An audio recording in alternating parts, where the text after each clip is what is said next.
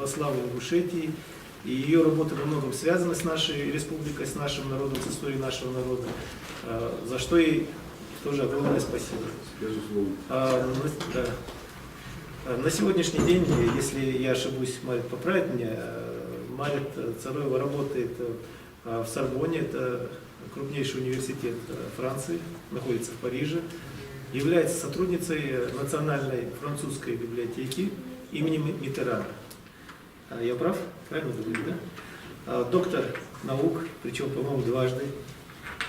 То есть человек в своем вопросе глубоко компетентный и хорошо разбирающийся в этой сфере. Вам слово. Бахдар Ялыч, еще док хамдиадаться зухлигет. Мне даже немного неудобно, что меня так представляют.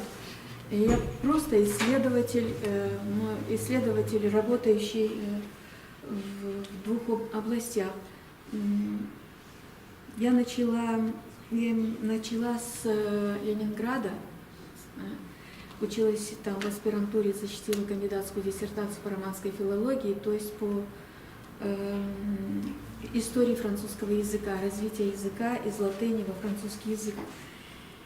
И одновременно писала докторскую диссертацию, начала уже писать, будучи аспиранткой, откладывая в сторону материалы.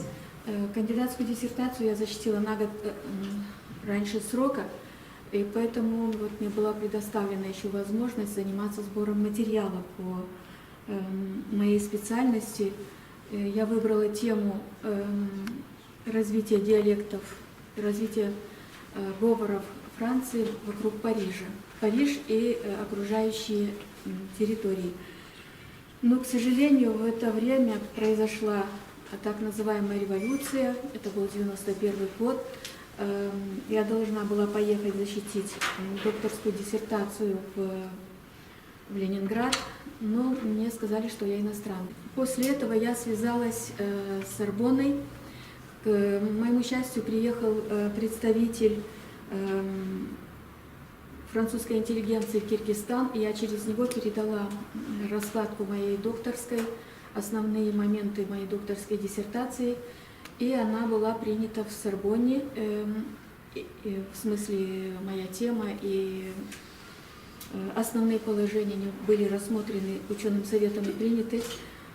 И в это же время я выиграла тоже, к счастью, международный грант в Швейцарии, который позволил мне выехать в Париж и заниматься наукой. Эту докторскую я писала тоже в течение 2 лет. Затем начала писать одновременно 2 диссертации по древним верованиям ингушей и чеченцев, и также параллели в языках и культуре нахов с древними народами Анатолии. Вот, первую диссертацию я защитила, кажется, 3 июля 2002 года, а вторую 15 июня 2005 года. И обе эти диссертации были приняты к публикации, я из них приготовила книги. Первая книга была издана в 2009 году. Хатсунсон точно. Молодата Ерес, 2009 ему. Вторая книга вышла в 2010 году. И работая, собирая материал по 2 этим диссертациям, я заметила действительно существовавшие параллели не только в области лингвистики, но также культуры и особенно пантеона нашего, пантеона божеств. Затем мой научный руководитель собирался перевести наши мифы и легенды, вернее, написать большую работу, как он мне сказал, о мифах и легендах ингушей, поскольку они содержат древнейшие мотивы по сравнению с другими народами Кавказа, и попросил меня, чтобы я их перевела. Я сказала, что обязательно переведу. но, к сожалению, он умер, и я тогда решила написать сама эту работу, и в 2011 году вышла моя книга «Мифы и легенды ингушей и чеченцев». И большинство мифов — это ингушей, и часть, которая посвящена исламизации и прочим подобным проблемам, они были взяты у чеченцев. После этого вышла моя еще одна книга, посвященная народам и религиям Северного Кавказа. Я туда постаралась включить все народы Северного Кавказа, но наибольший упор я делала, конечно, на ингушей. Вот, и поскольку мы довольно мало известны за рубежом, я постаралась как можно больше информации дать об ингушах. Вот. И пятая моя работа, она была посвящена богине Тушоли.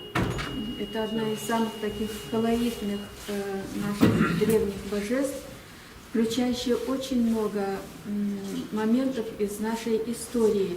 Да и языка тоже там можно найти кое-что. Вот. И она тоже была принята к публикации и издана в 2011 году. В 2011 у меня вышли сразу 2 книги.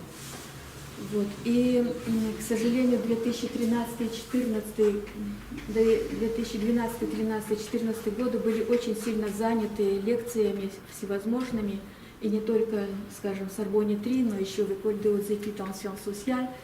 И мне приходилось просто разрываться.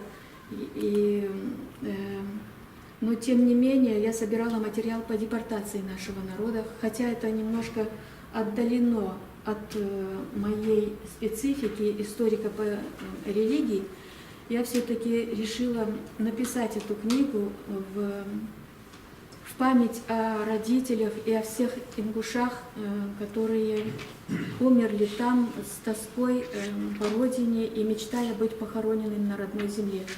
Всю свою жизнь я прожила в депортации, сама испытала всю тяжесть ее, несмотря на то, что мы уже были давным-давно реабилитированы, но мы все равно считались и считаемся до сих пор, кто там живет, бывшие депортированные, то есть марка как-то за нами сохраняется.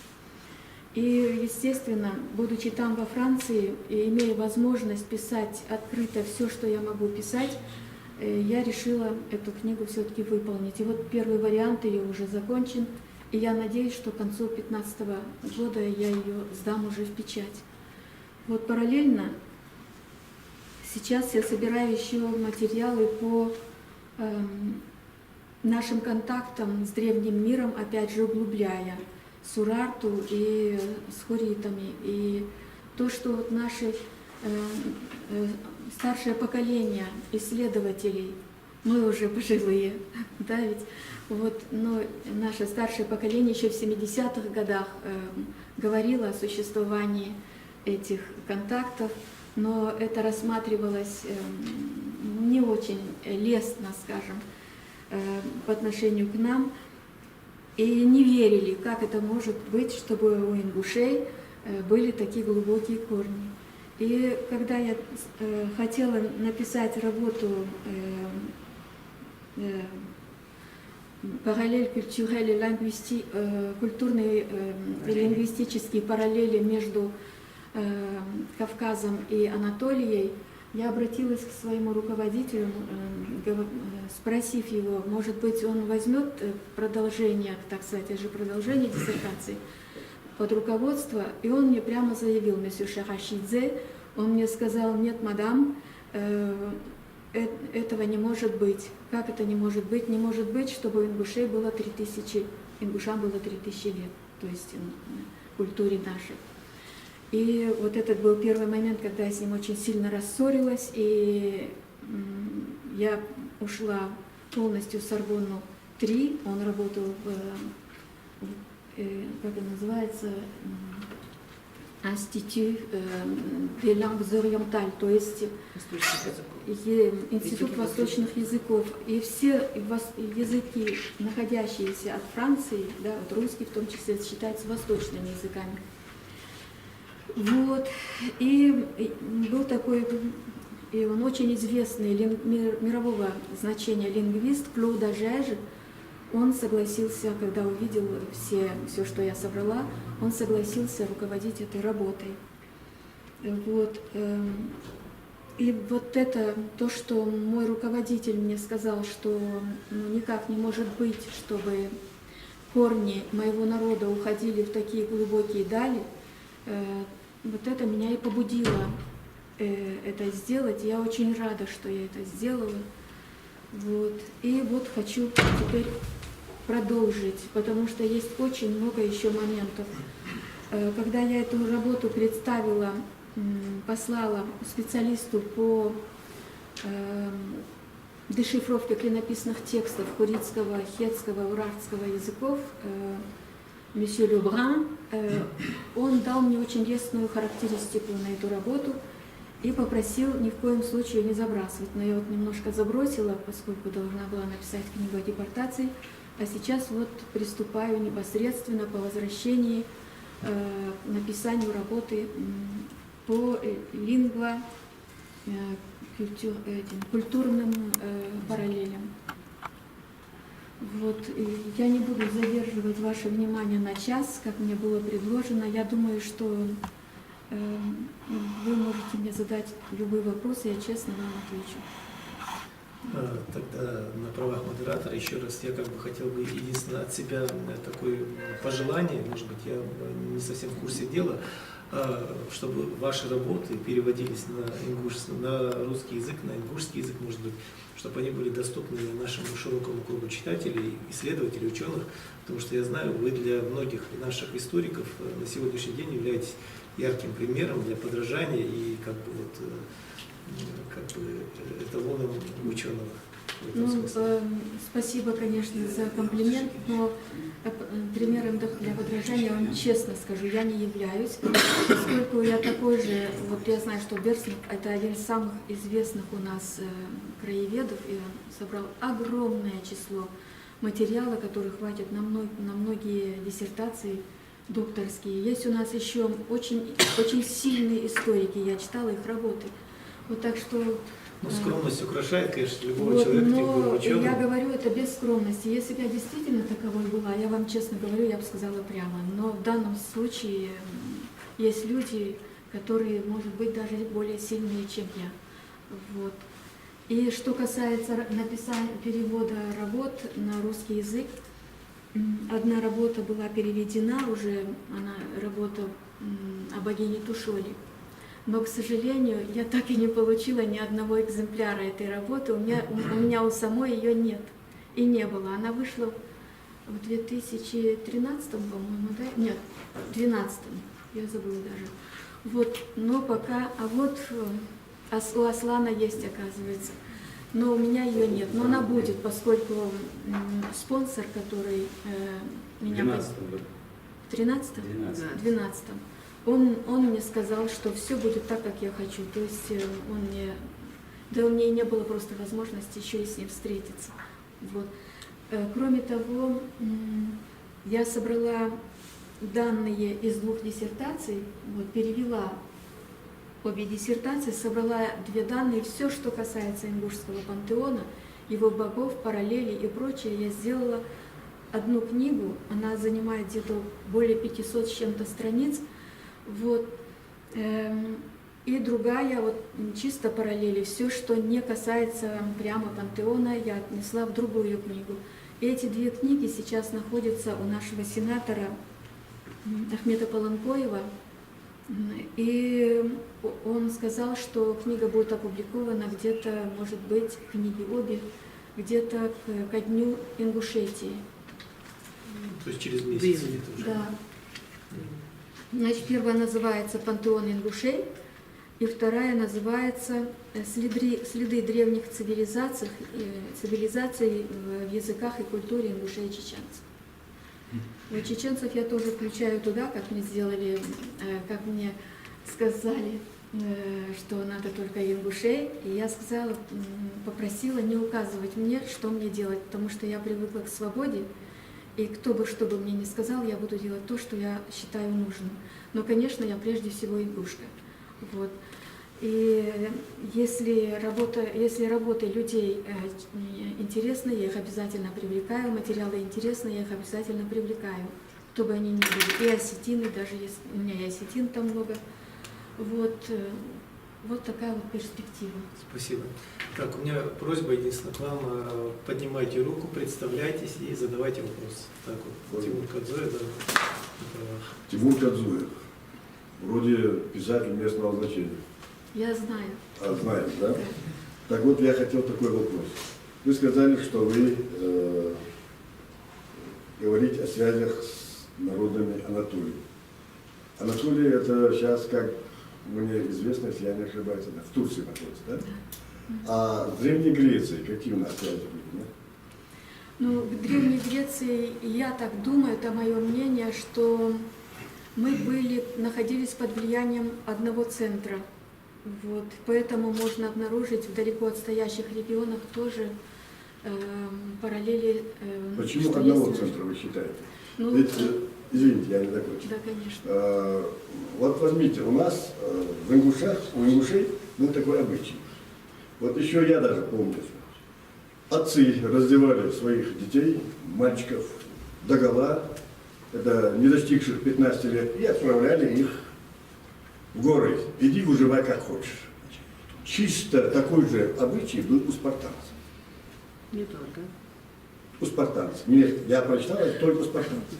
Я А преподаю у нас это было я уточню. стопроцентно, понимаете? Да. И это хорошо описано в романах Иси Кадзоева. Так вот, вот это не является ли связью между Спартой и Древней Ингушетией? Я не думаю, честно говоря, потому что у нас были еще в древности другие моменты, которые нас связывают со всеми народами мира. Это вот, например, умерщвление стариков. Да? Помните, есть у нас легенда такое. Это существовало практически у всех народов. И вот это, то, что вы говорите о спартах, мы гораздо более древние, чем спарты и спартанцы. Вот наша культура. Вот вы говорите о богине Тушоли. Да. В народе у нас есть термин Тушоли, это переход солнца к состоянию жары. А почему, при чем тут богиня? Ну, я Это, не по-моему, знаю. дайте я расскажу. По-моему, это научно-исследовательское понятие там Тушоли. Как вы считаете? Есть там такое или нет? Я думаю, что вот это, то, что вы говорите о Тушоле и про солнце, это уже более позднее явление, я так думаю. И я не думаю, а просто чувствую, потому что я точно вам не могу сказать, но мне так кажется, как историку языка, хоть и французского, но все-таки историку языка. Так. И Тушоли, она происходит, об этом еще говорили Зорбик Мальсагов и Дашлыхо Мальсагов, они смогли доказать, что она идет из Туш поселения, да, Туш в столице Урарту. Вот. И мне удалось увидеть также вот этом Эли, то есть сестра, дама, богиня. Значит, Тушоли – это богиня из города Туш. Она пришла, я не знаю, в какое время и когда, но мне представляется, что она пришла с гаргарами. А гаргары, как вы знаете, о них писал еще Страбон. И уже практически всеми историками нашими предшествующими доказано, что гаргары – это, в общем-то, галай. И, кроме того, мне кажется, есть связь с хуритами, поскольку соседи хетты, хуритов, называли гургур или гургур. Вот. Это был единственный народ, который для передачи множественного числа употреблял редупликацию. Вот так же, как Ганна. Это означает самая старая старейшина из женщин, Эана, то есть. Вот Ганна старица, самая старая женщина. И потом мы видим этих гаргаров уже на реке Каркарчай, также написано, и на правом, кажется, берегу Куры. Так? Через некоторое время с вторжением всех этих грузинских племен, предков грузин, они перебираются и доходят там, где Ахкарохи, да, в Хевсуретии. И об этом еще Равакидзе пишет, что в XIII веке эти гаргар проживали там. Затем под давлением хевсуров они вынуждены были перейти вот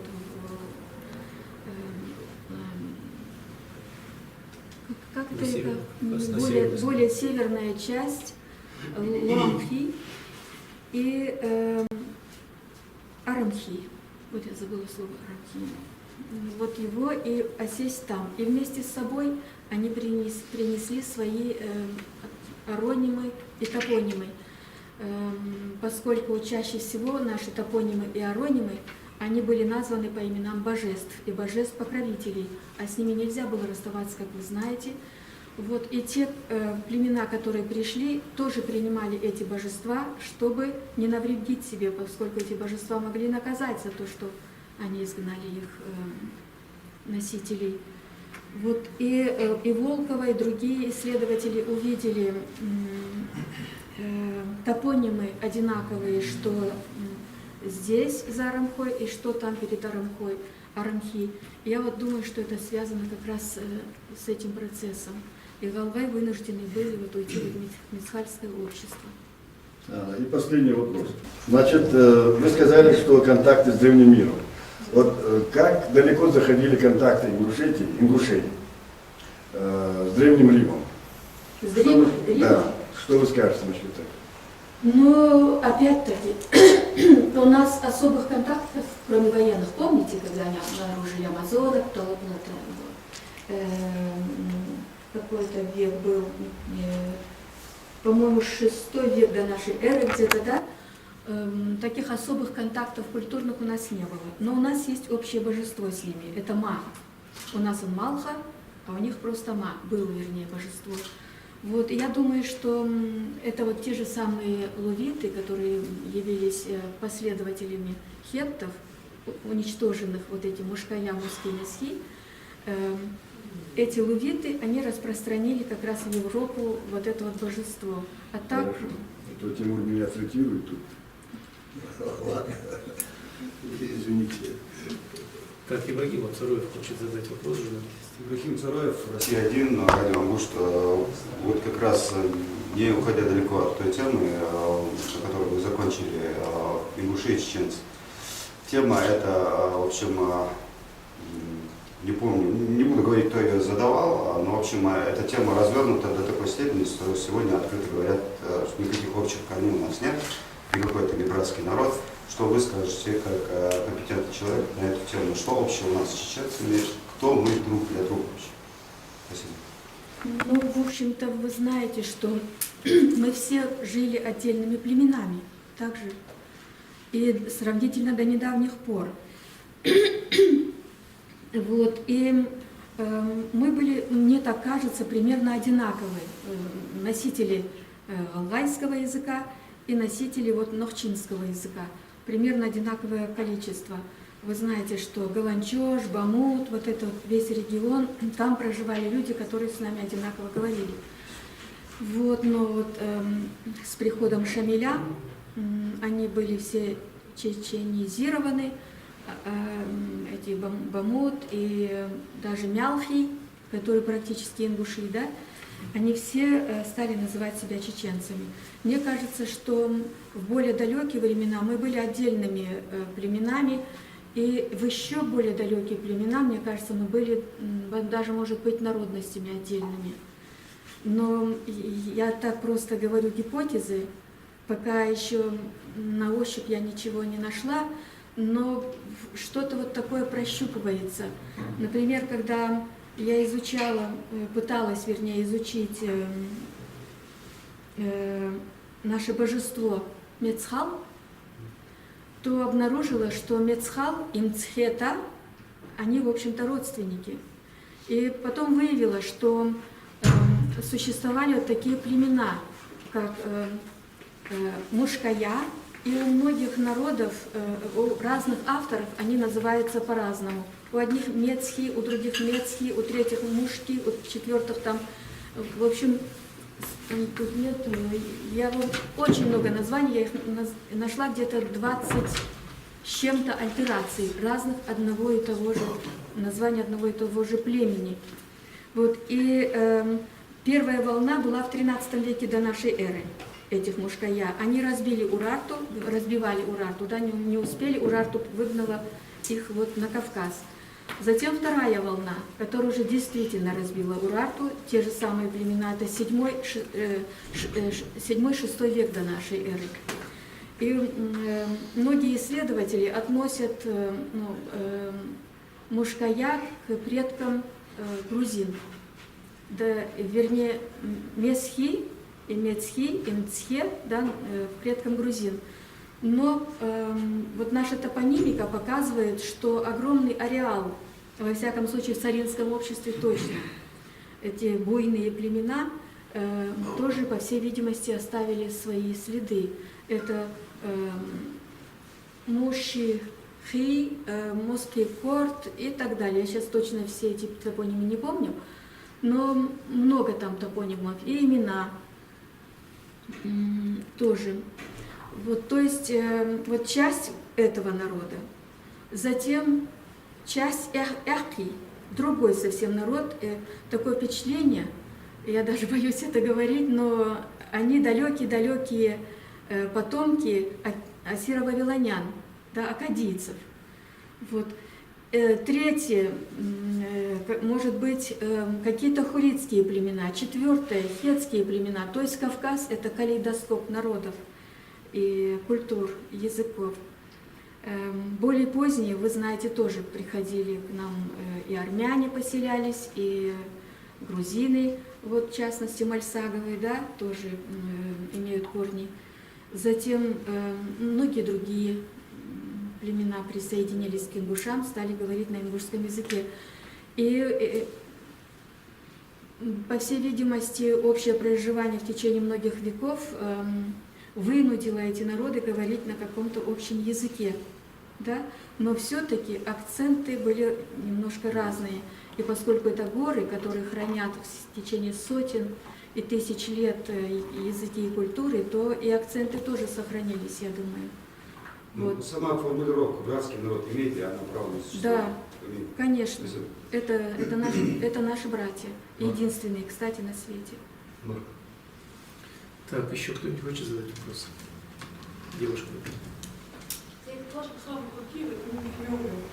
Я очень рада вас видеть, Мария. Я тоже. Я вас говорила Ирина Бабич. Да, так. Я хотела бы спросить вас. Ваши исследования, они больше как бы такой взгляд именно на корни, на историю. А есть ли у вас исследования, посвященные нашей современности, либо вы знаете каких-либо других исследователей, которые занимаются, или исследуют процессы, которые вот, в недавнем прошлом и сегодня происходят в ингушском обществе? Во Франции довольно мало. Я читала русских исследователей. Правда, читая, я понимаю, что они не до конца понимают дух народа. Вот, это когда сам народ пишет, это одно, сам представитель народа. Вот, а когда пишут уже представители, те, которые от нас далеко, то не совсем. Во Франции есть исследователь одна исследовательница во всяком случае, это вот ту, о которой я говорила, это Франсуаз Геран. Вот, она защитила диссертацию по грамматике ингушского языка. Вот. Интересный исследователь. И она сейчас продолжает, поскольку теперь и Чечня подключилась, то она продолжает уже и чеченские языки берет, но ее основная работа – это ингушский язык. Вот. И что касается меня, на современность я выхожу постепенно, очень-очень долго. Вот в настоящее время вот я сейчас буду заниматься Урарту, а затем исламизацией ингушей и так далее, подниматься уже вверх. Вот, насколько я знаю об ингушах лично, есть еще одна исследовательница в Бельгии. Она работает в университете бельгийском, но не только в ингушах, но и чеченцах она пишет. Вот, и даже начала говорить по-чеченски, правда. Какие-то там на предложения уже знает чеченские. Вот. А именно об ингушах отдельно пока вот только я занимаюсь. Ну, кроме Франсуаз Геран, конечно. Так, да, дополнить. А скажите, пожалуйста, вот, насколько я понимаю, французы, это, наверное, может, национальная черта, им очень интересно, вот даже по тем фильмам, которые они обычно мы все смотрим, это фильмы о животных, либо о каких-то малочисленных народах. Вот у меня такое ощущение, что французам это очень интересно.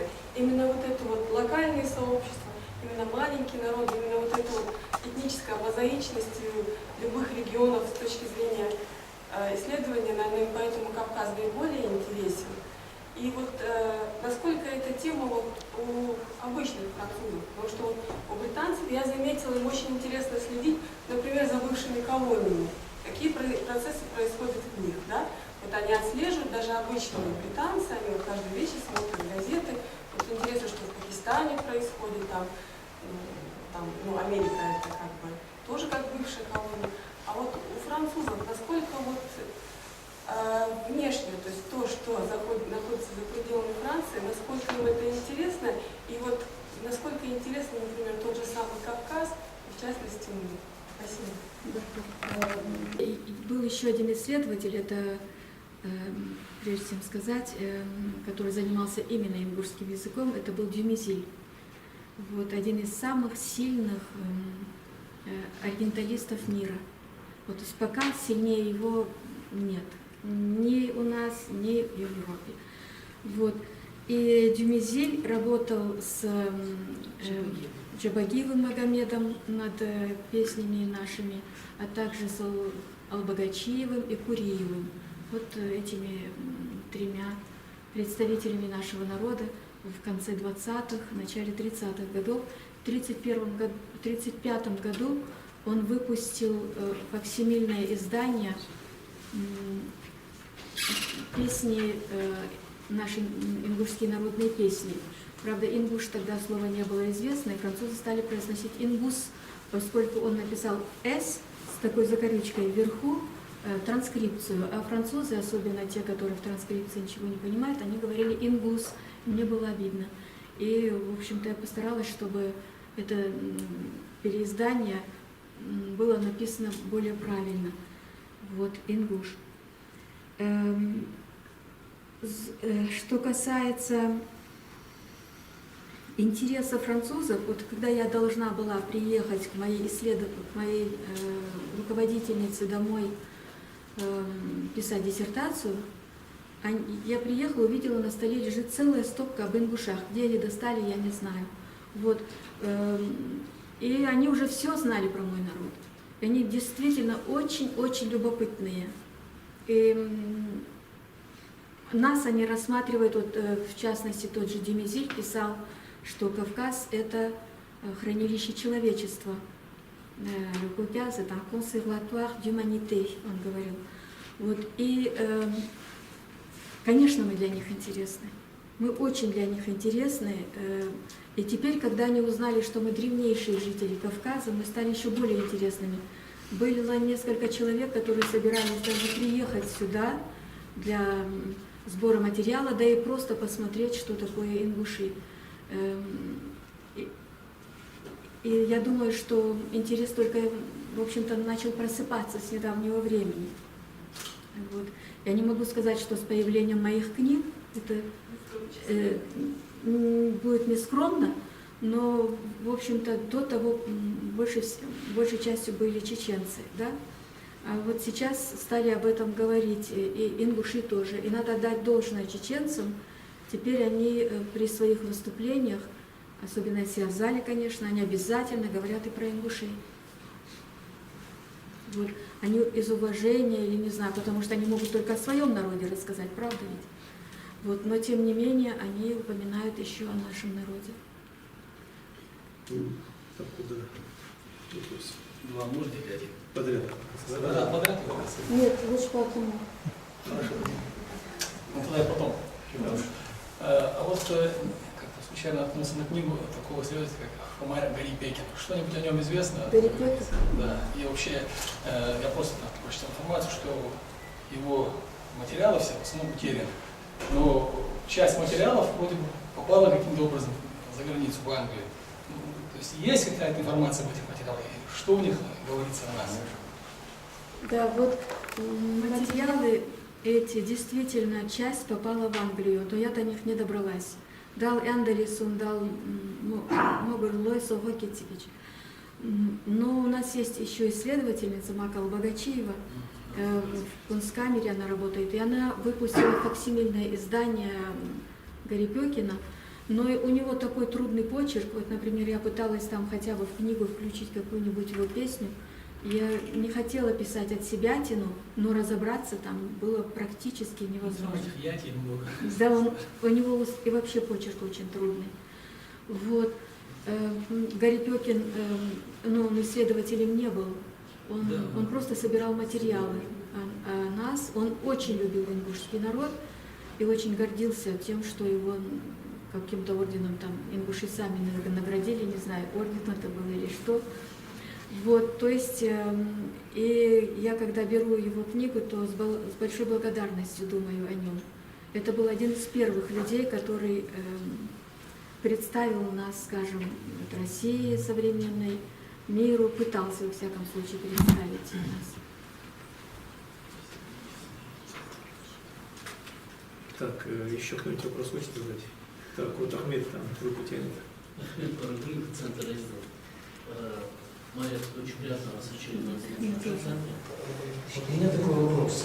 Он немножко связан с социологией. Социологическая оценка с ваших уст для меня очень важна.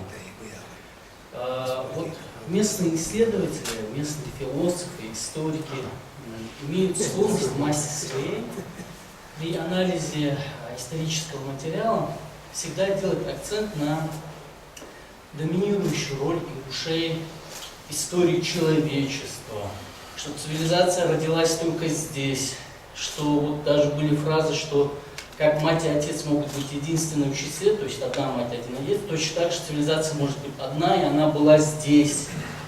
Что вот ингуши прародители всех языков, всех народов, ну и так далее. Вот этот вот комплекс, я не знаю, как его назвать, ну вот, неполноценность. Мания величия. Да, вот откуда она, вот, как вы считаете? Это характерно для всех национальных меньшинств? Или же это вот все-таки какие-то исторические предпосылки служили вот такому национальному мышлению? Вот везде мы хотим быть первыми. Завод у нас первый. Завод у нас самый крупный в России всегда. Вот все, что мы делаем, у нас вот в гипертрофированных дефинициях. Вот ваша оценка. Ну, в общем-то, я люблю мой народ и даже не знаю, как сказать. Но что касается исследователей, то я не думаю, что настоящий исследователь так будет говорить. Может быть, это вовсе и не исследователи, а кто-то где-то... любители, может быть, я не знаю. Но они никогда не скажут, что мы самая древняя... Но мы действительно самая древняя цивилизация, во всяком случае. Но чтобы сказать, что от нас человечество произошло, я бы немножко поостереглась, и что культура у нас зародилась тоже. Но я могу сказать, что мы являемся осколком той древнейшей цивилизации, которая еще хранит у себя какие-то маленькие еще черты, но еще пока распознаваемые. В XVIII веке, например, Леонид Семенов, он видел фрикийские черты, то есть те же самые муская, москемецкие. Вот. И я думаю, что вот этот комплекс, он, наверное, связан с тем, что очень долго нас замалчивали. Вот, очень долго замалчивали. И где-то мы можем даже посчитать годы, когда мы стали говорить, что у нас древние корни. Так же Вот, и мне кажется, даже, может быть, я не права, но мне кажется, если не будет этих людей, которые кричат и говорят, то мы далеко не продвинемся, если будем у себя тихо в кабинете сидеть. Посмотрите у наших соседей осетин.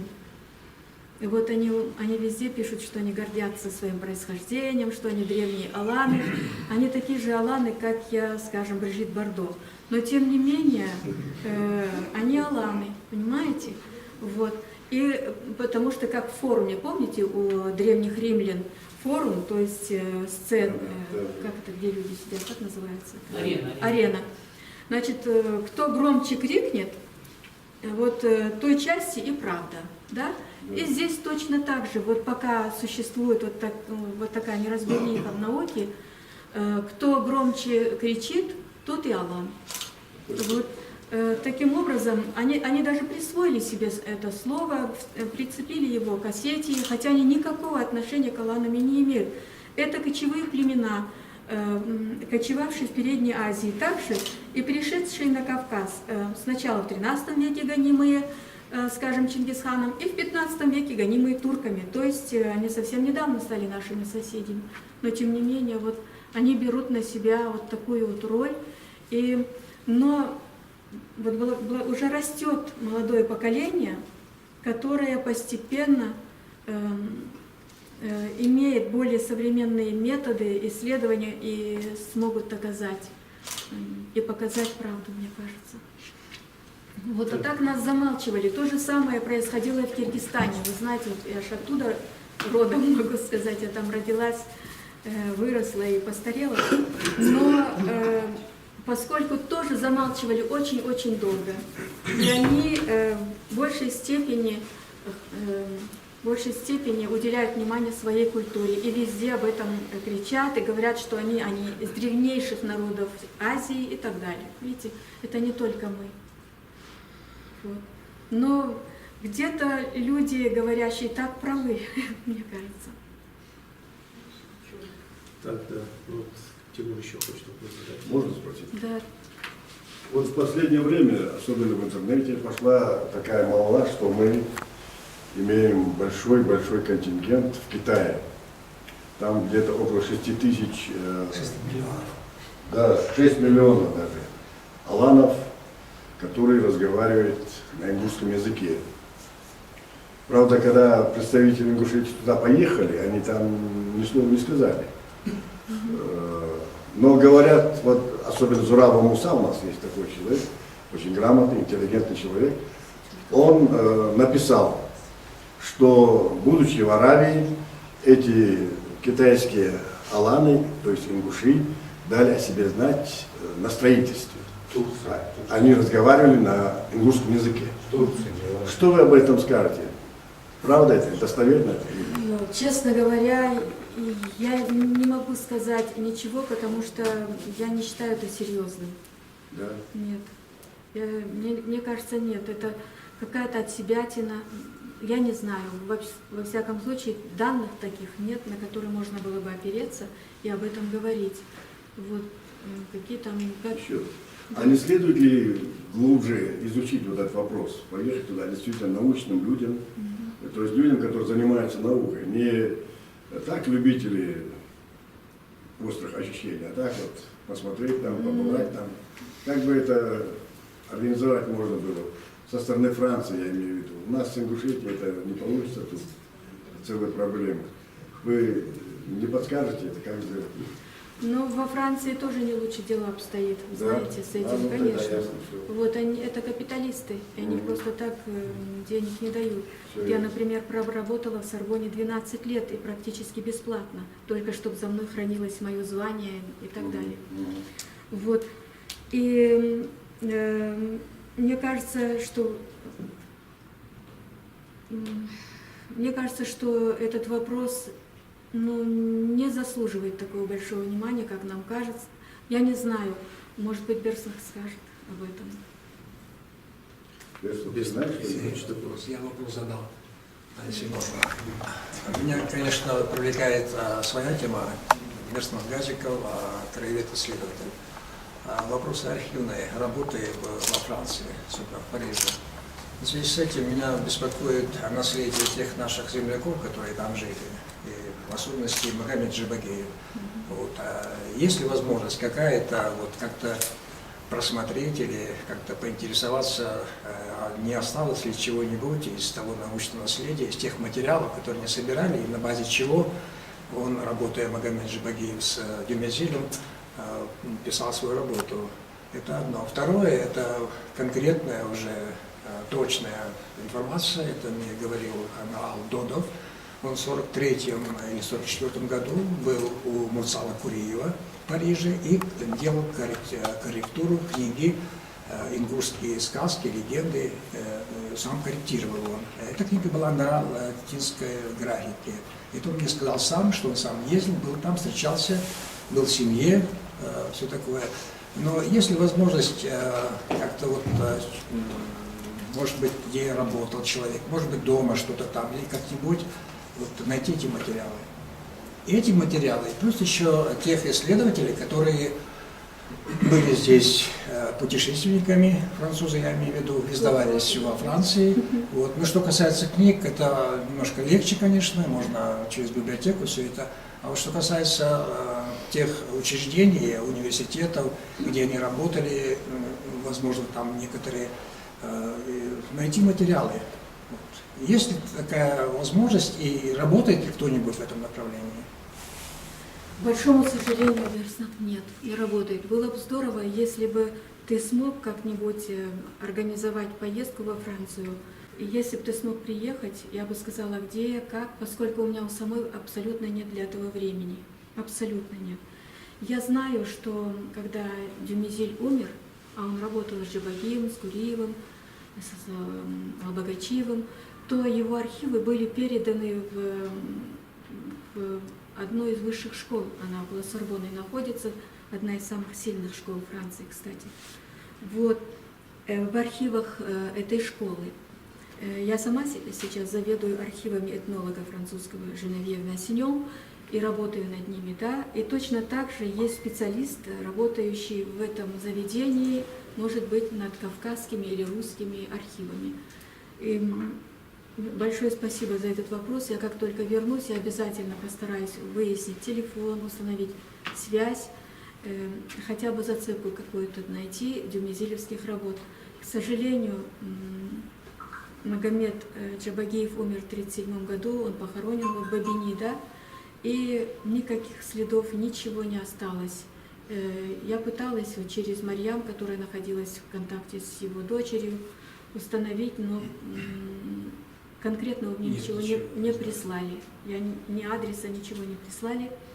Вот через Од Мерлен, вот, которая занимается чеченскими и ингушскими языками, я через нее попыталась. Она как раз жила в Клермон-Ферран, в городе, где жил Дюмезиль, вернее, где жила его дочь, но нет контактов.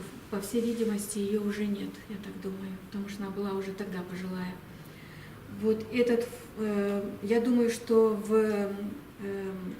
в рукописях Дюмезиля сохранились какие-то данные, особенно по ингушской грамматике, по фольклору ингушскому. Вот их нужно обязательно обнаружить. Что касается работ европейских авторов, то это действительно гораздо легче. Они доступны в отделе редких книг. И если ты приедешь, я, конечно, обязательно попробую дать возможность, хотя это очень трудно для тех, кто приезжает из Советского Союза, но я думаю, что можно подключить здесь и министерство. Они разрешат работать человеку. Вот такие дела. Аслан Павлов, да, хотел вопрос задать. Вначале, по поводу прозвучавшего здесь, по поводу 6 миллионах Китайцев. вот, версии Мушизурабу. Он это на самом деле не от себя придумал, хотя немножко дальше уже свои предположения дальше развивает. Да, уточнение. Это как ребята из книги, есть конкретно это указано, историческая книга, где осетины, надо отдать должное, молодцы, профинансировали, собрали все, что связано с Аланом, сказано и в арабских источниках, и в латинских источниках, и в восточных, и из европейских, везде, где только баланс надо, все собрали, и такая огромная книга, она есть. В основном через вот этого вот, итальянца, который вот сейчас забыл. Алиман. Да, через него, да. Вот. Каталония. И там есть конкретно сказано о том, что когда Тимур отсюда уходил, он взял с собой 30 тысяч воинов с семьями. Увел с собой, да, туда. И дальше уже вместе с семьями. Вот это вот предположение о том, дальше вот эти, которые осели, и уже 6 миллионов, якобы возможно, что от них они дальше и пошли. Вот. Вот там в этой книге это есть. Следующее насчет древности Алана, вот был такой, есть и был Соловей Остинской Алании и Кузнецов, да, который вот научно развивал вот Алан-Остинскую тему, который иногда и сам сомневался в том, что он делает. Вот. И очень интересный момент, когда вот Галазов в политических целях вот этот хвост пришивал к Осетии Алании, именно вот есть их переписка, она и в осетинской прессе опубликована, и в интернете она была, где тот же самый Кузнецов очень даже сильно чуть ли не упрашивает Галазова этого не делать, потому что на самом деле там очень сомнительного, очень не доказано в древности осетин Алан, что Алан и осетины, и что прочие дела, что это может потом нас на посмешище выставить, все прочие дела. И Галазов отвечает конкретно, что это не важно. Историчность, там, научная, там, это не доказано, главное вот это политический момент, и это политически нужно, чтобы поднять был осетин. Вот, тут и так уже копия ломается на этом деле. И дальше вот хотелось бы мне вот узнать ваше мнение насчет ДНК-тестирования, которое сейчас очень модно, популярно. Я сам проверился и сказал, по-моему, единственный. Вот, и много интересных вещей. Гаплоидное тестирование? Да. Вот, и там есть американский ученый Плесов. Он и одновременно и московский профессор Московского университета гуманитарного и Бостонского университета. Вот. Интересно была переписка в интернете, когда вот именно вот относительно того, что осетины Аланы, и отношения осетин к Аланам, карачаевским к Аланам, балкарским к Аланам. И когда все это вот тестирование проходит, и очень выясняется, что на самом деле, по крайней мере, к равнинным донским Аланам никакого отношения осетины, карачаевцы и балкарцы не имеют. И он это все научно, большие статьи в интернете. И там, когда отвечая на вопрос чеченца о том, что мы вот войнаки, чеченцы самые древние, мы и Аланы, мы и одно, и все прочие дела, но он там дает ответ чисто доказано, через вот это ДНК тестирование, все прочие дела, научно уже выяснено, что правда, что войнаки, там, ингуши, чеченцы, это один из древнейших народов, там на Кавказе только 7 тысяч лет последовавшийся след на Кавказе, в то время как у осетин где-то 1500 лет только, и прочие дела. Вот мне хотелось узнать ваше мнение насчет ваше отношение к этому ДНК-тестированию и насколько это серьезно. Это вопрос, конечно, интересный. Я, честно говоря, Аслан, вообще в этих делах совершенно ничего не понимаю. Мы себе столько разных несем ДНК в течение этих тысячелетий, что я не могу сказать, где правда, а где ложь. И то, что 7 тысяч лет на Кавказе история наша, когда уже так доказывается, наверное, Ну, это я абсолютно не спорю.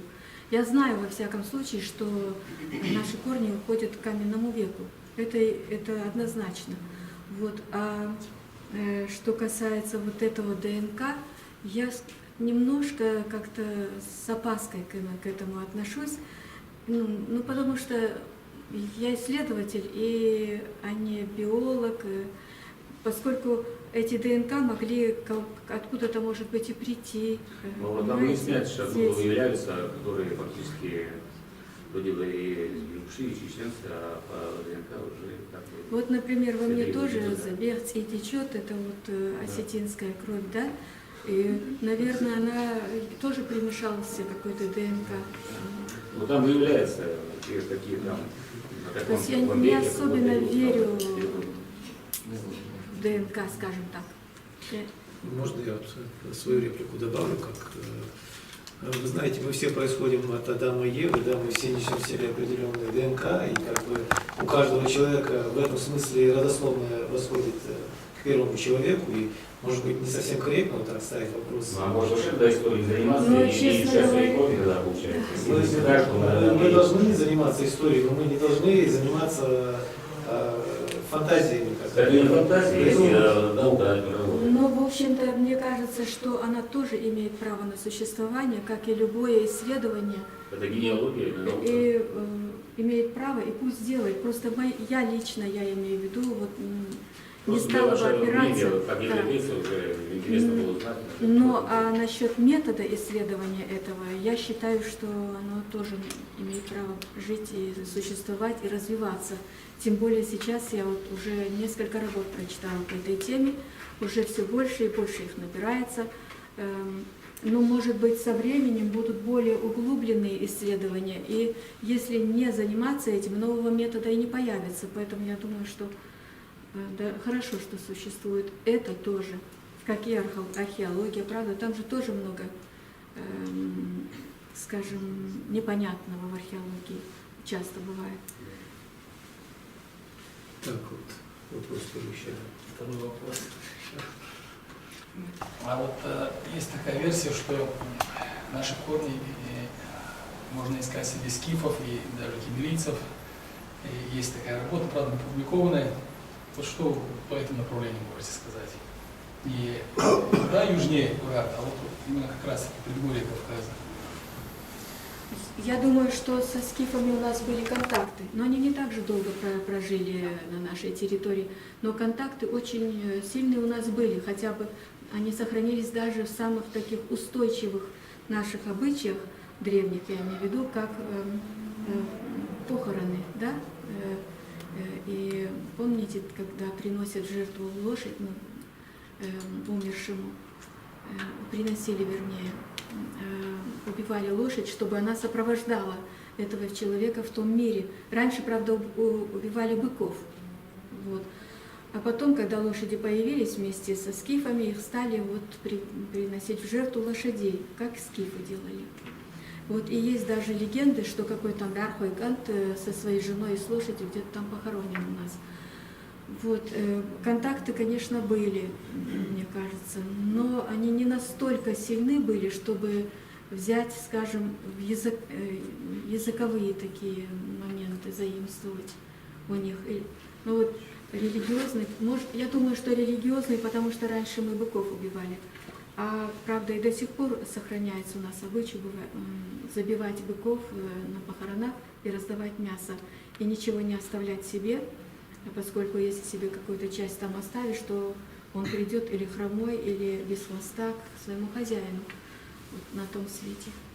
Правда, сейчас мы уже забыли, почему мы раздаем все до конца. Но я не знаю, сейчас раздают до конца или нет, я не знаю, вот на Кавказе. У нас в Киргизстане раздают все даже до шкуры людям. Вот эти,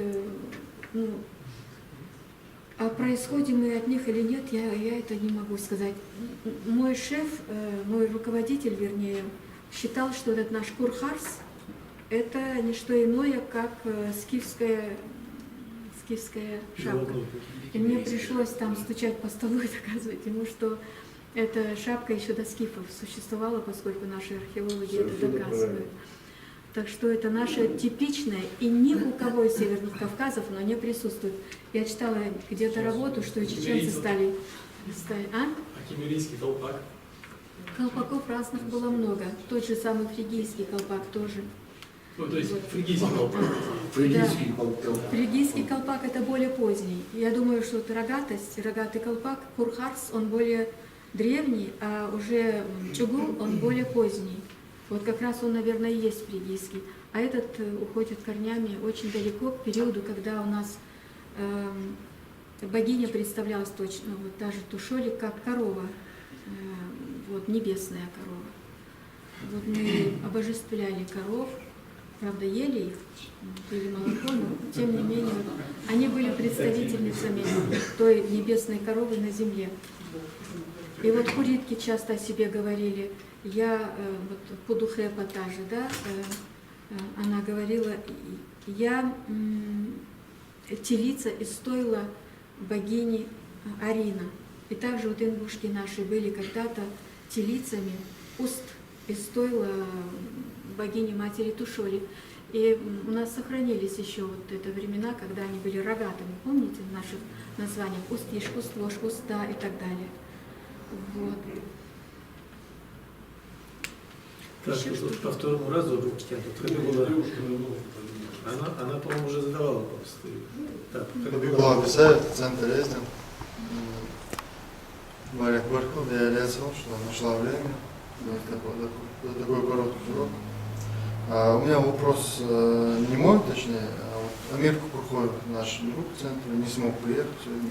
Да. Попросил задать ему вопрос, я просто по-дружески. Вопрос, значит, следующий. Задайте вопрос про птицу удот, упоминающуюся в Коране. Есть ли связь этой птицы с нашей тушой? Человек Очень интересный вопрос задал ваш друг. И связь, я думаю, есть, поскольку в исламе же много сохранилось и древних верований, правда же, доисламских верований, точно, например, Кааба, да, вот, и ее камень священный черный. Таких святые места существовали и в других местах Аравии, а также в Сирии. И у нас тоже черные камни, у Тушоли был черный камень, у Мацели был черный камень, тяжелый метеорит.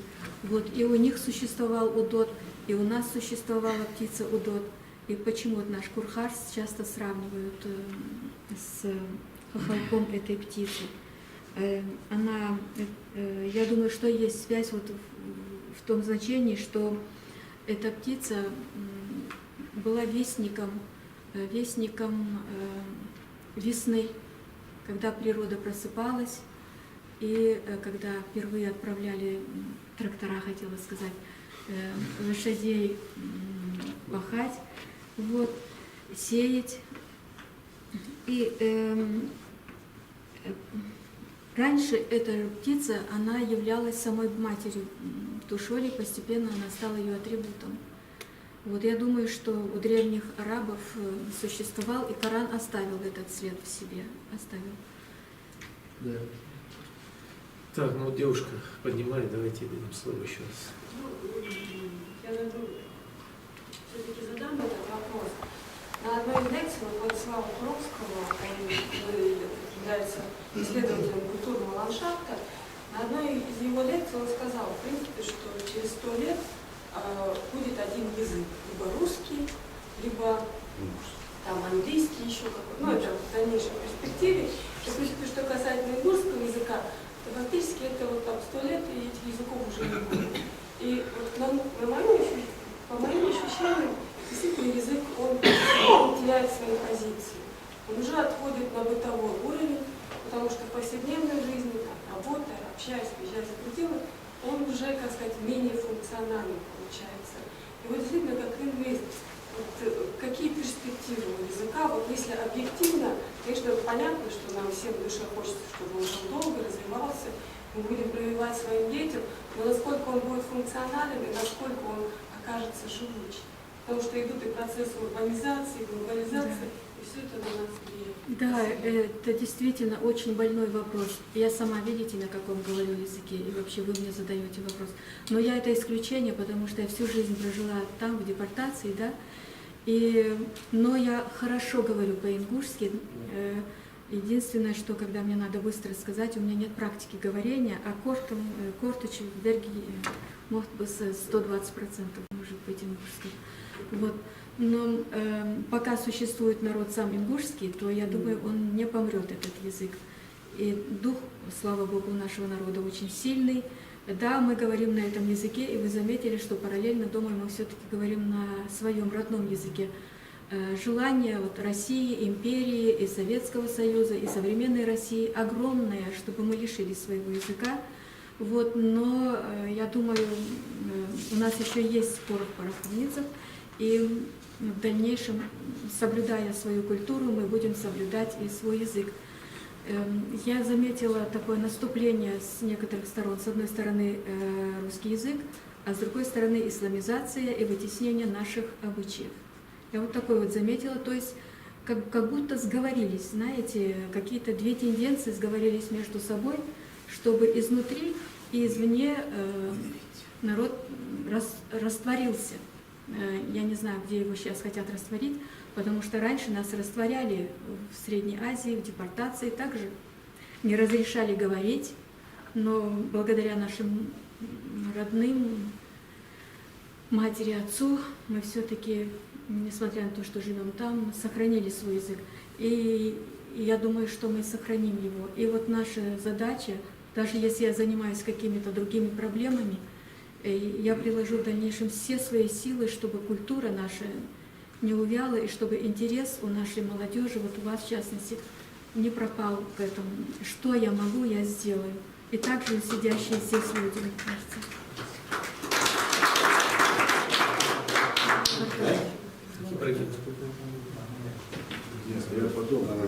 Я задавал этот вопрос на Лукину, он ответил следующим образом. Вопрос о том, что общего между ингушами и северянами, народами, населяющими северную часть Европы, Скандинавии. Он ответил, что не мы пришли оттуда, а отсюда вполне возможно переселилась какая-то часть ингушей туда и как бы там осела, где-то уже изменилась и так далее. Есть ли что-то общее? Вы нашли, может, что-то, что как бы действительно основываясь на чем можно сказать, что есть какие-то общие черты у нас? Да, если вы почитаете Тушоли, там я немножко остановилась на этой проблеме. Очень много у нас с европейцами в религиозных верованиях, в частности, в наших богах и богинях, особенно Тушоли с ее различными камнями. Вот общее, что общее у нас есть, даже с этими бретонцами, Лхи, например, да, у них это дождь, а у нас вода. И много других, я просто сейчас, что в голову пришло, сказала. Но я не думаю, что кто-то так переселился, мы пошли туда, а не сюда. Я думаю, опять-таки, что в далекой древности ведь Кавказ являлся как бы перешейком и переселение народов, когда шли туда и когда возвращались назад, да, и некоторые оседали, вот, но шли они все из Анатолии, эти индоевропейские племена, они пошли из Анатолии, я в этом абсолютно уверена, не только я, другие тоже. И я беру слова, говорю, основываясь на исследованиях, уже сделанных европейцами, в частности хеттов. Вот. Хетский язык является даже очень много общего у него с латинским, да, с древнегреческим, много совпадений, моментов. Вот. И хетты, они были распылены уже в Анатолии, поэтому я думаю, те же лувиты, которые пошли через Кавказ, Грецию и дошли до северных районов, которые благодаря своим климатическим условиям тоже сохранили какие-то... Я отмечал, что на Западе, в частности в США, европейский тип по-другому еще говорят, называют кавказцами. Да. То есть он говорил в силу того, что кавказские народы, как бы, они потом, то есть с Кавказа переселялись уже в остальную часть Европы. То есть родина Европы это Кавказ. Нет, я думаю, что Кавказ взято, так скажем, условно, поскольку он является, действительно, здесь проживают люди типа индоевропейского. И мы являемся древнейшими представителями индоевропейцев. Те-то уже рыжими стали, и блондинами и прочее. А мы с вами еще сохранили, скажем так, образ свой древнейших индоевропейцев, и поэтому взяли, говорят, например, негроидная раса, да, или там азиаты и кавказская раса, поскольку вот основой, скажем, этой расы являются представители Кавказа. Но не потому, что мы ингуши, а потому, что мы кавказцы.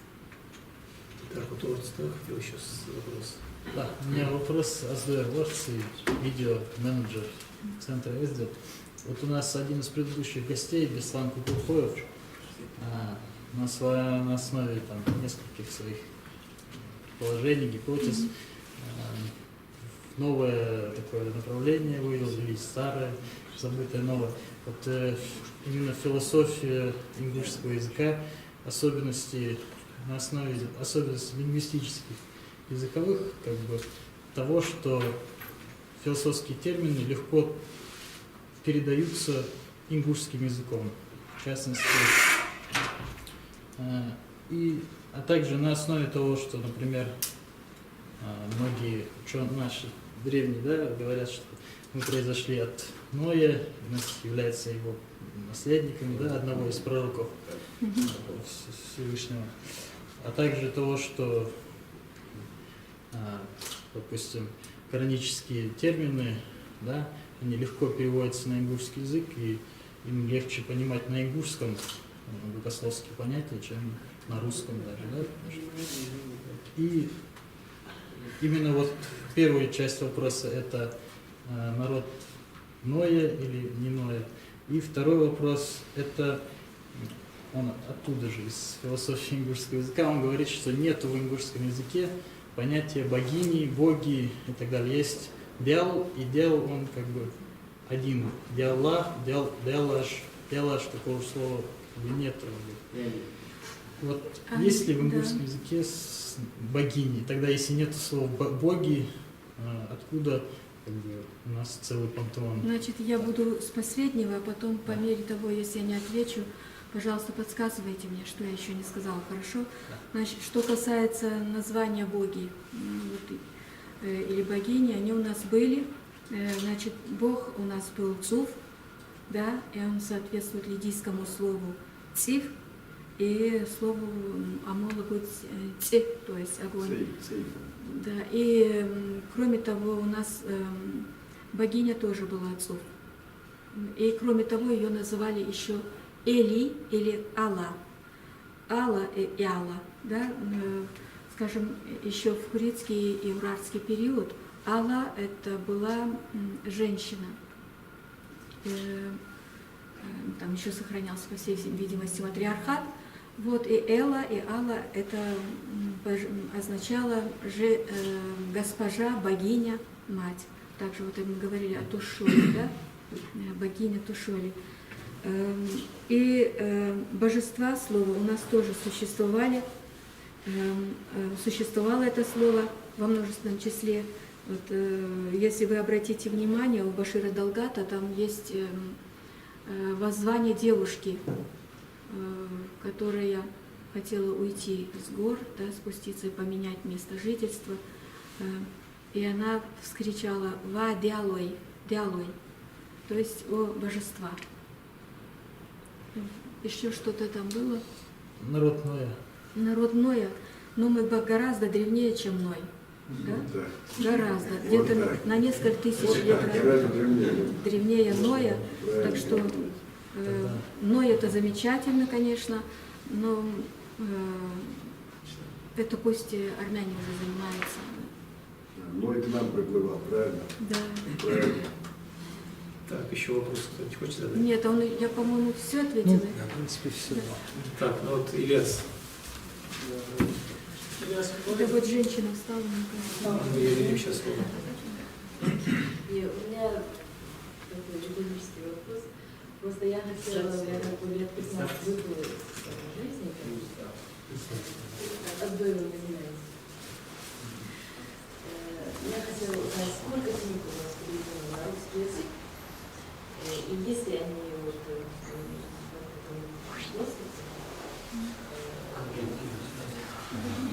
Да, и вот по поводу ингушского языка хотела сказать. Я не думаю, что исчезнет язык. Я не думаю, что исчезнет, потому что даже совершенно консервативный, по-моему, язык Яцеей. Она написала стихи на ингушском языке. Да, подрастающее поколение сильнее нас. Что самое удивительное, это язык честь, он мышты азиатскую, она в принципе смысл этого не знали. Но когда мы прочитали небольшое стихотворение, мы прочитали по смысловому, нагрузка смысловая, вот точно, дуалшника, Молодец. да. А я не хочу сказать не потому, что она там написала. Просто я хочу сказать, у нас это как бы генетически заложено, нас кому-то там было, ну, лалево. Без убавки. Чуть арбалес. Вау. И вот Мария. Ну, чабал, сахож, арбал, безочка. Значит, насчет книг. Пешоли уже переведена. Она где-то она продается даже в В Назране. комплекте продается. Где? В комплекте, магазин Да, комплект. вот комплект. А, да. библиотека. В библиотеке в национальной нашей есть, мне показывали. И мои 5 книг на французском тоже я привезла, сдала в национальную библиотеку. Да, на французском. И еще скоро выйдут 2 книги на русском тоже. Вот «Пантеон» и «Параллели». Вот эти 2 книги. На французском, да? На русском. На русском? На русском. Я их 2 года переводила. Да, Это новые книги, в общем. На русском языке. Три на русском языке. Да, будут 3 книги на русском языке. И вот сейчас я пишу на французском, но надеюсь, не знаю, если его переведут после меня уже на русский язык. Вот. А что касается ингушского, я уверена, что он будет существовать, потому что ингуши всегда отличались тем, что у них была большая способность к языкам, вообще к языкам. Вот. Очень быстро усваивают языки, даже киргизский. Менкаращабелей, например, есть. Где мы есть, мы как-то быстро приспосабливаемся, но свое никогда не забываем. Поэтому я думаю, что наш народ еще будет жить, наша культура еще будет жить. И вот мне приятно, я думаю, что сидящие здесь молодые люди, если бы они не были заинтересованы, о чем я буду говорить, не пришли бы. И, следовательно, уже есть те, которые будут поддерживать нашу культуру. Ильяс, вопрос. Вот, извините, что я, поскольку это женщина. Заранее извиняюсь, у меня вопрос немного как бы не в тему, да, не академический. Илья Соловей-Берист. Значит, вопрос больше практический, если владеть такой информацией. Вопрос о том, что кто громче крикнет, там, что вот есть французские ученые по ингушскому языку равно, которые ингушизируют там, и так далее. У меня такое ощущение, ну, может быть ошибочно, я дилетантом относится, что у нас как бы не очень радужно настоящее в плане этнографии, истории, там, других каких наук, и еще более туманное будущее. Вот есть ли какие-то известные вам практики взаимодействия вот, с Ингушетией, чтобы нашу молодежь как-то притягивать во французские вузы, там, образование получать, чтобы какие-то ученые появлялись с европейским образованием? Баркал Халтун. Это вопрос очень важный, его надо ставить, конечно, перед руководством. Но я заметила, что даже когда училась в Ленинграде, была лучшей аспиранткой, не я поехала во Францию, а поехала представительница из Ижевска, кажется, которая училась хуже меня.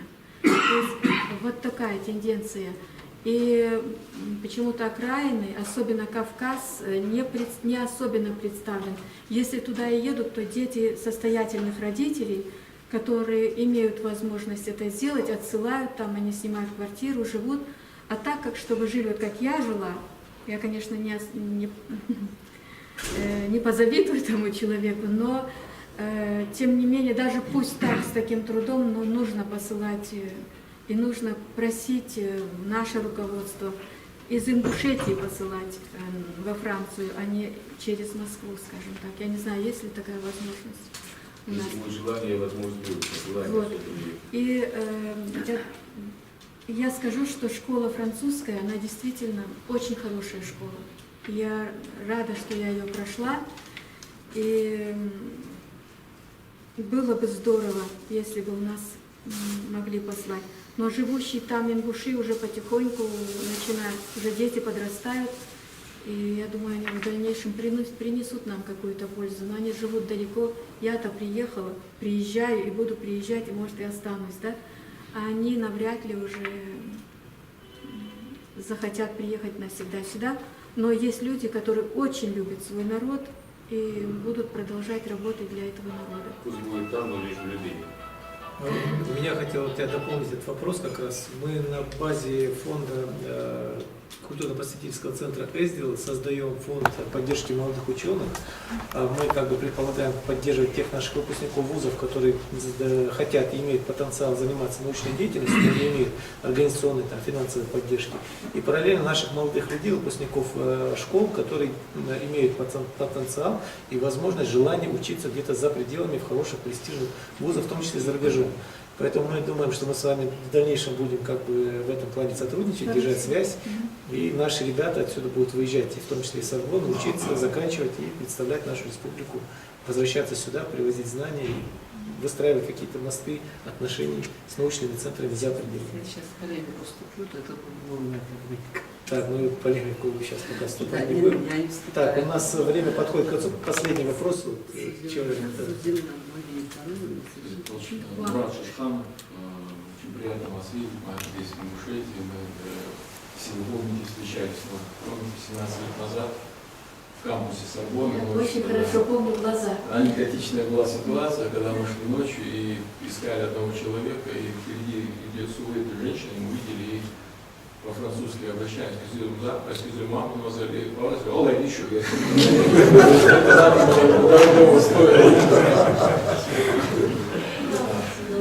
Я бы хотел такой, давно меня этот вопрос интересует, и что такое есть национальная идея Ингушетии? Вы не задавались такой целью? Мне, честно говоря, я не особенно задумывалась, я просто думала о себе, кто я такая, вот что я из себя представляю.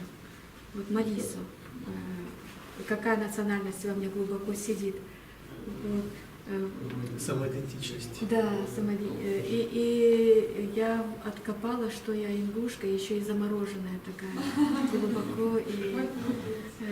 И я думаю, что все, кто проживает вне, они часто даже больше чувствуют эту идентичность. Вот национальная идентичность. И еще маленький вопрос по Бишкеку. Вы много раз ссылались на Кыргызстан. Я когда был в командировке в Бишкеке и Башкирии, то мои кыргызские коллеги очень часто говорили о том, что Красноярский край – это их родина, они оттуда пришли и делали такие ссылки, как Анисай, Енисей, Анисай, Красный Яр, это Кызыл, я не помню, так дальше. То есть это имеет основу под собой, да? Да. Они кочевали с Сибири и до казахских, до киргизских этих гор. Это происходило ежегодно, в течение года туда и потом обратно. То есть это не было несколько таких, как наши соседи часто Нет, экскурсы такие делают? это не их край родной, но это территория, где они кочевали. То есть это тюркские племена там, да. тоже Они... реалиях обитания? Угу. Вот якуты в частности, это вот часть этих народов, которые там остались и проживают. Вот. И есть еще и другие племена тюркские, которые перестали кочевать и осели. Тимур, еще раз просит слово. Да, я не вопросы хочу задать, я хочу, Мария, подарить вам небольшие подарки. Это книги, которые я написал, имея большую глупость, или научность, или как хотите, понимаете. Вот эту книгу, которую я написал, мой брат младший, Алихан, он на Сахалине, просил передать вам. Вы сможете ее увидеть, она такая тяжелая. Ну, Она это такая тяжелая. я даже сама не поеду, но это книга, вот это, конечно, тяжело. поедет. Ингушско-русский словарь, тот, которого мне не хватало. А вот эта книга, это труд моей жизни. Если вы прочитаете, скажите мне свое мнение обязательно. Да, Андрей. Дело в том, что у нас нераскрытым остается в нашей культуре огромный жреческий пласт. И вот я попытался в этой книге немножко ответить на эти вопросы. Если вы меня поддержите, я буду на 7 небе счастлив. Конечно, это огромный, это один из самых ценных подарков. Главное, я не подписалась, но это надо подписать. Конечно. Если хотите, я подпишу. Так, и я не могу не дать слово гости, которая с вами пришла. Да? Сейчас, ну да.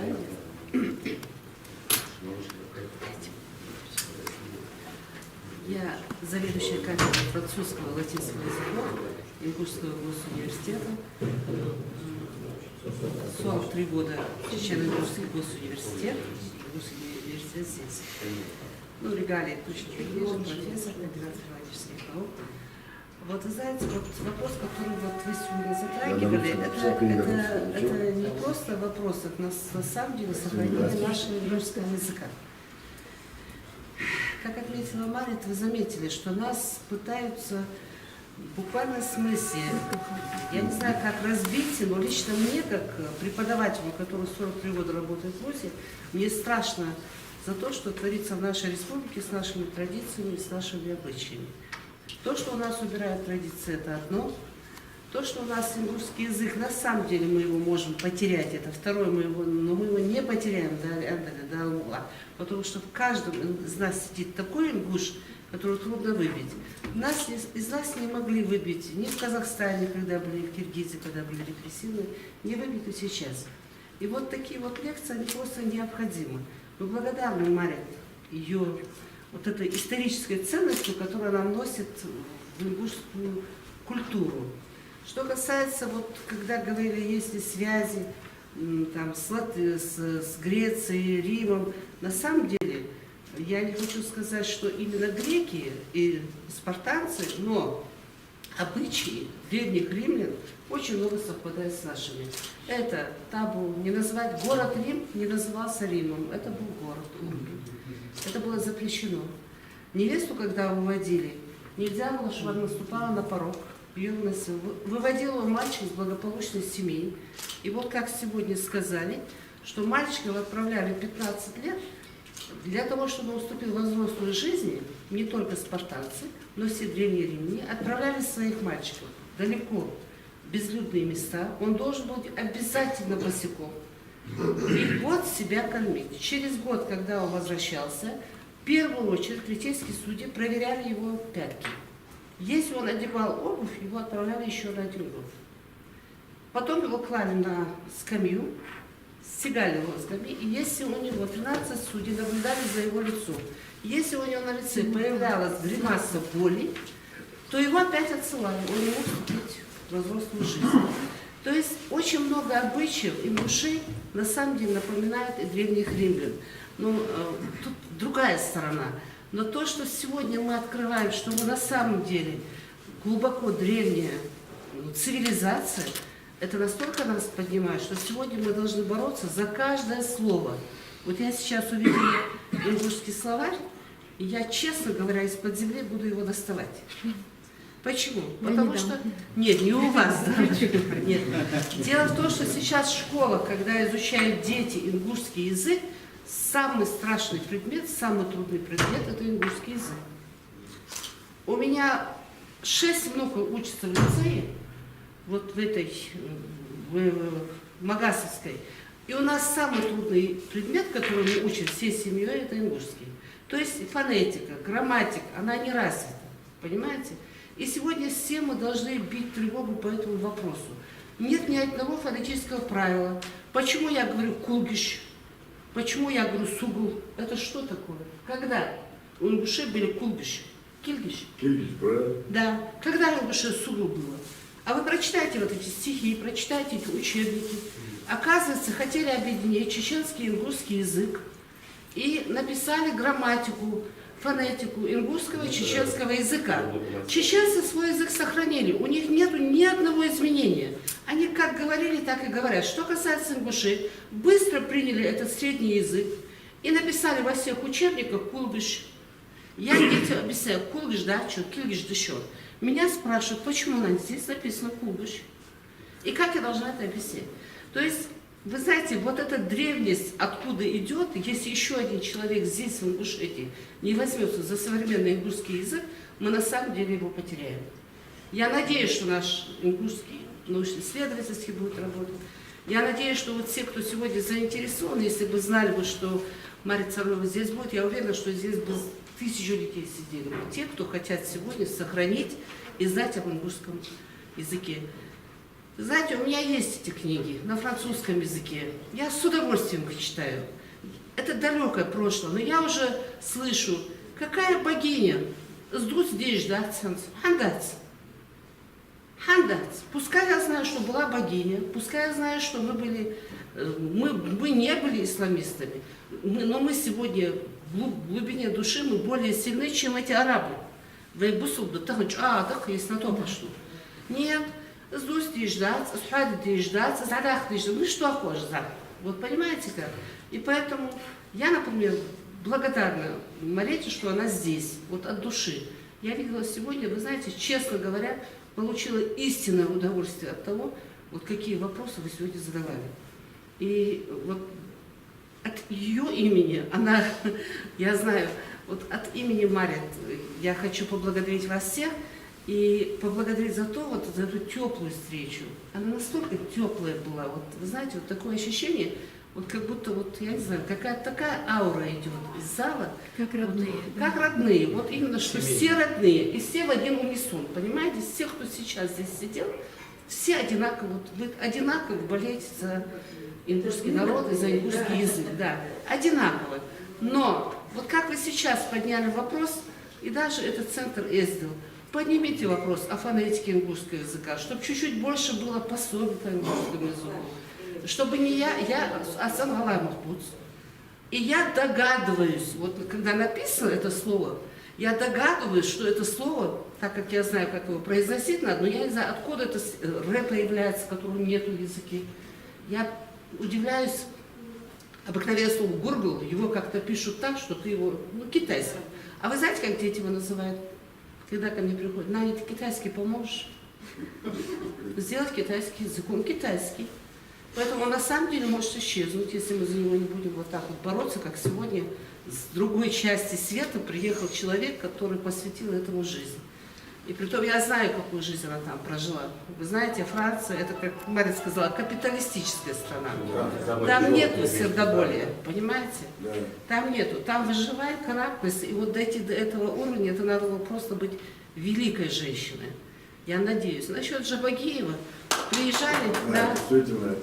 Приезжал сюда некий Азоев, Марита, к сожалению, Марья его не знает. Он привез книгу Жабагиева и Дюмезиля, вот эту грамматику, подарил ее ректору. Я его случайно встретила, говорю, дайте на кафедру. У меня есть старый Дюмезиль Жабагиев, но если издана книга в новом варианте, если ты живешь во Франции, а он хочет, чтобы туда приезжали ингуши и обучали традициям их детей в диаспоре, как вам нравится. Дети не могут сюда приезжать, и здесь дедушки, бабушки учиться. Он приехал с этой просьбой. Но книгу он нам не подарил. Да. Он книгу подарил Арсамаку Магомедовичу, тот сказал, что нам ее передаст. Мы, разумеется, будем все работать, понимаете? Но эти книги должны быть у нас на полках, у вас, все, кто интересуется, точно так же, как и книги Марии. Я надеюсь, что в июне вот эти книги поступят в продажу, те, что на русском языке. Я надеюсь, что мы этими книгами будут пользоваться наши этнологи, наши историки, ну и все ингуши, кому это интересно. Та жизнь, которая была, она была, от нее никуда не уйдешь. И она была красивее, чем наша. Она не хуже была. Мы не были загнанными, тупыми. Ведь цивилизация, это уже говорит о культуре. Поэтому еще вот от всей души я сегодня вас благодарю. Я слышу, что буду так, не так без бачу, что и телефон, но это тарас яра у легкого часа. Дал доктор, дал излуч, меркати, да. Имя, отчество скажи, пожалуйста. Евлоева Зулихан Исраиловна. Зулихан, я без отчества. Извините, у меня других экземпляров нету. Вот даже без ноги с тяжелой ношей ездил в Германию, отвез туда. Эти книги разошлись по всему миру. Японцы стояли в очереди, чтобы купить этот словарь, понимаете? Интересуются нами многие. Но я надеюсь, что со временем найдется спонсор, мы издадим ее, и Вы все знаете, будет нормально. когда мы учились, появился ингушско-русский словарь Азоева, по-моему, Да. первый наш словарь. И я, как он? Русско-ингушский. И вы знаете, и, по-моему, ингушско-русский же два было. Да. Два их было.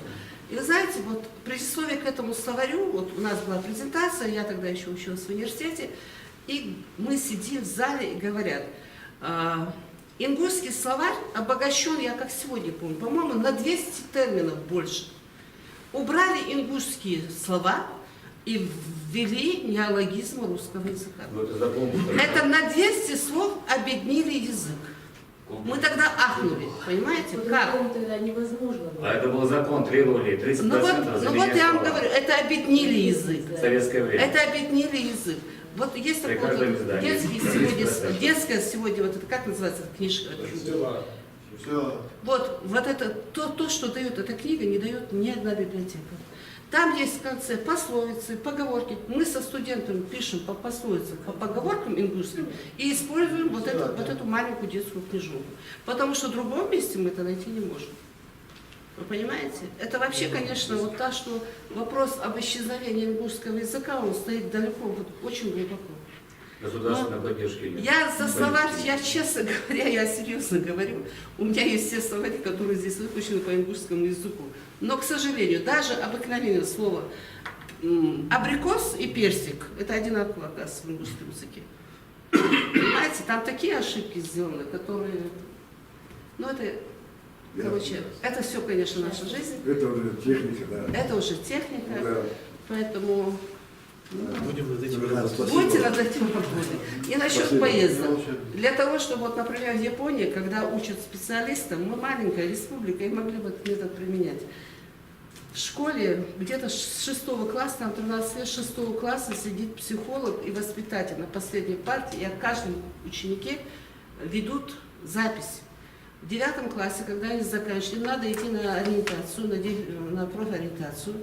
И эти психолог, классный руководитель и представитель фирмы совещаются с родителями и говорят родителям, на что способен его ребенок. И дифференцированно 11 вот эти классы, старшие классы, оплачивает та фирма, куда этот ребенок будет поступать. Оплачивает. И когда они заканчивают, они поступают в этот вуз. И те в течение 5 лет оплачивают их обучение. Понимаете? Вот если мы хотим, чтобы наши студенты куда-то поступали, это опять-таки французский, которого в школе практически тоже изживают, мы за него боремся, внедряем, но, к сожалению, к великому, в Ингушском государственном университете ни на историческом, ни на юридическом, ни на экономическом нет французского языка. Я неоднократно обращалась с письмами.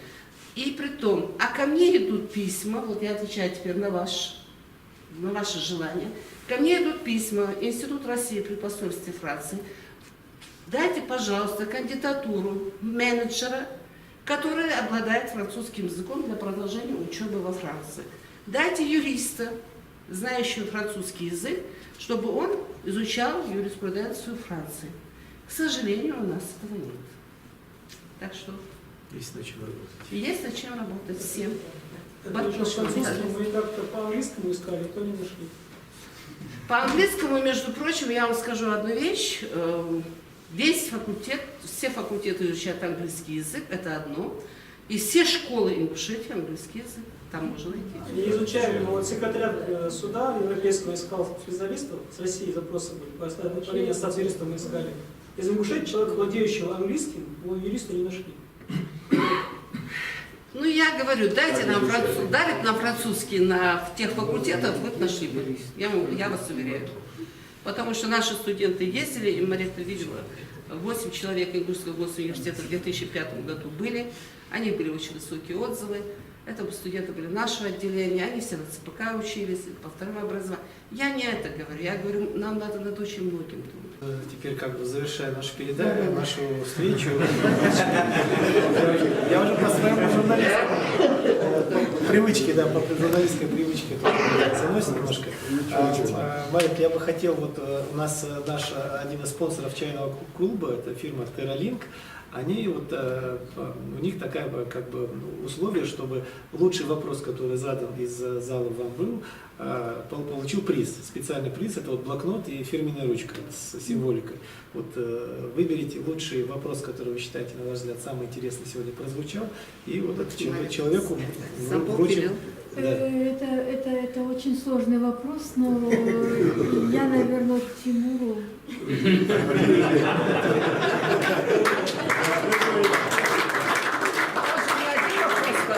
Марик, Я очень польщен, но тут были гораздо более интересные вопросы. Нет, у вас почти весь вечер прошел. Это право Марин выбирать, поэтому вы вот... Баркалхал. Теперь у нас Первый раз наши спонсоры тоже чайного клуба наш. Это вот у нас есть такие кружки Эздил с нашим логотипом. И здесь наш как бы девиз: любовь к родине — это не хранение пепла, а поддержание огня. Я думаю, когда вы будете пить чай во Франции, вот и будете вспоминать наши